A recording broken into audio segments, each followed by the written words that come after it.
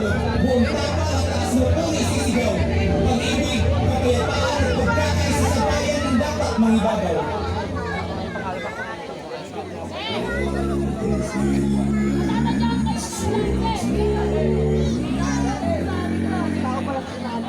By virtue of the powers vested in me by the Constitution and by law, I have to declare martial law in freedom of violence for a period that exceeding 60 days, effective as of May 23, 2017.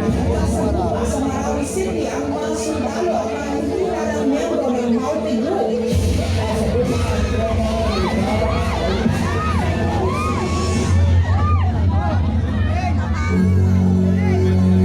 Nandun na sila eh.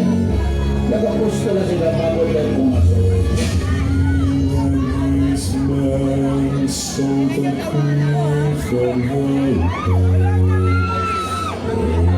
Hindi agad naunawaan ng mga residente na may malaking pag-ataking gagawin ang Maute Group sa Marawi City.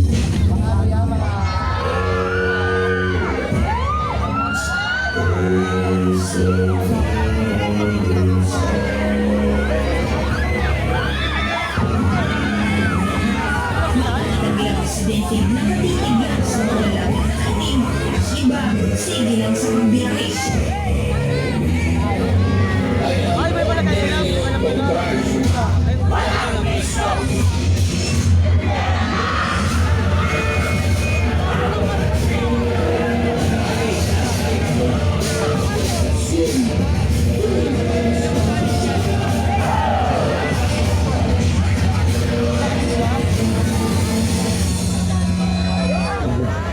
Pabalik na si Papa sa Nairobi. Namiss kita. Papa. Ang mga residente.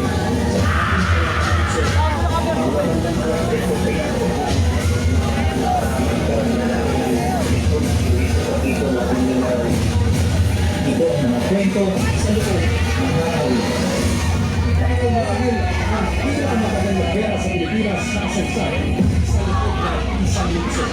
Sasaksigaw bilang alam ang terorista na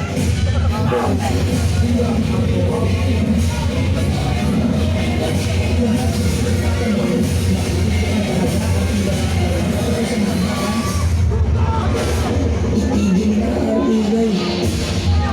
Tama na ang tutuan. Itigil na ang dimaan. Ay, tigil na sa tingin ko. Kasi marami na ang sundalo.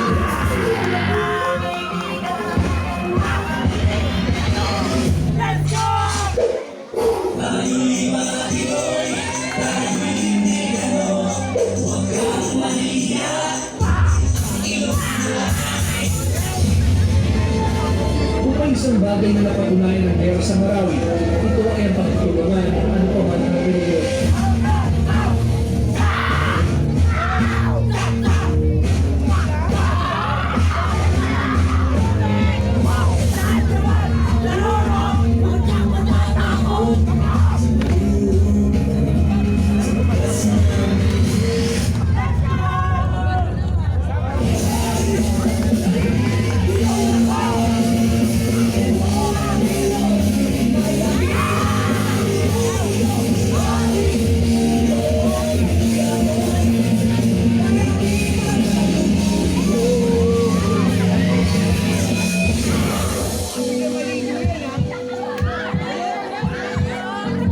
Papa, sinulot ko to para sabihin, bukas pag nakakagraduate na po ako, huwag ko ang magsalit ng medalya ko ah.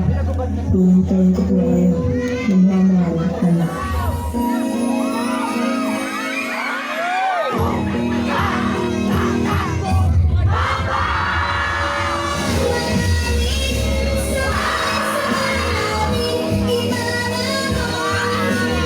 Kumangon ka pa. Sabi mo maglalaro pa tayo. Sabi mo uuwi ka. Gumising ka na dyan pa. Papa. Isang larawan. Sisig na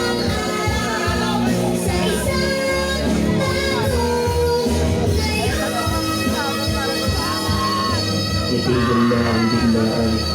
Tama na ang labanan. Nangyaring bangungot sa marami ay Ate Bal. Wakasan.